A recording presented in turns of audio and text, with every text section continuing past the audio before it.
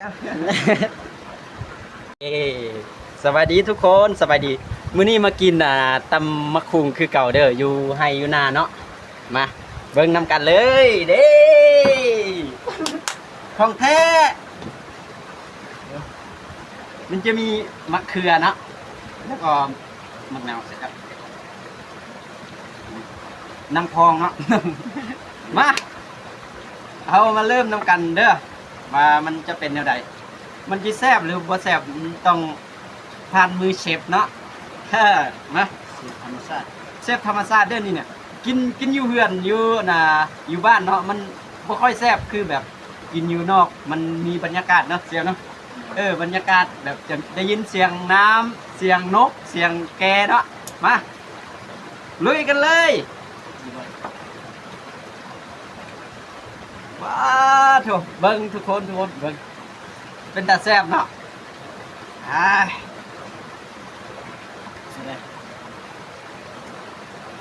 ปั๊บปั๊บจะไปเลยเสียวจะเผ็ดหน่อยนึง มาทุกคนเนาะทำมาลุยกันเนาะ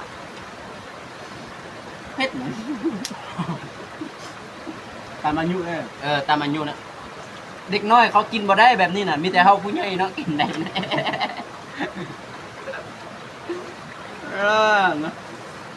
อันนี้มัน EP 1เด้อถ้ามีคนมักแล้วก็คอมเมนต์มามักถ้าบ่มักก็จะได้ล้มเลิกเนาะ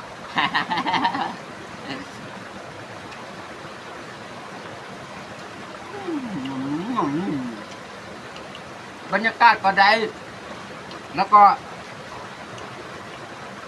ตำมะคุงก็แซ่บ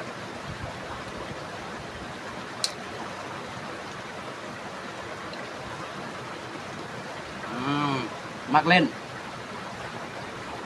อังกฤษเรามักเล่น มักเล่นเด้อทุกคนเด้อ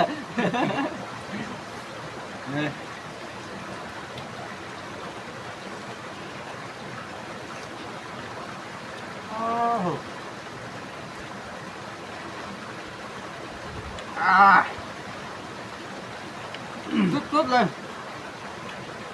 มาเด้อมากินน้ำกันเด้อน้ำมันเด้อน้ำมันเด้อ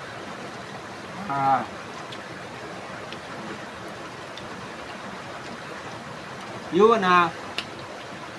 บ้านแฟนเมืองใส่พังอุดมใส่เนาะทางไปน้ำกัดเดียวละปาเนาะมาเด้อทุกคนเด้ออยู่กับธรรมชาติกินกับธรรมชาติ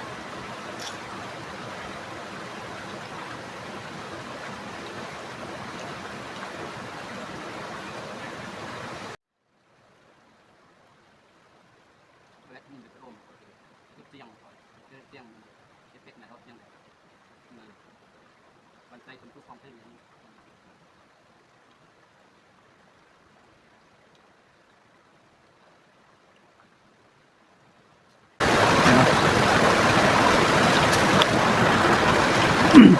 เฮ้ยแม่ไม่ยังเจ๊ยาจะมือกี่จะมือ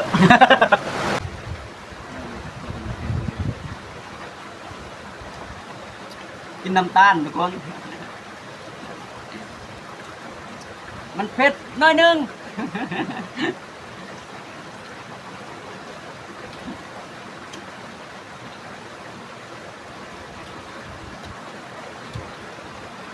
เฮ้ยแซ่บ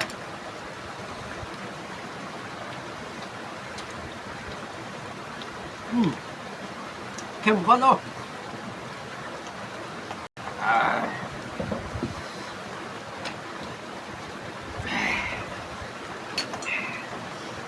สุดเด็ด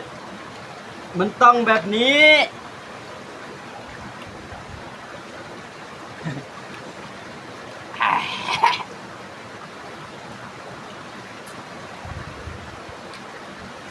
ปัก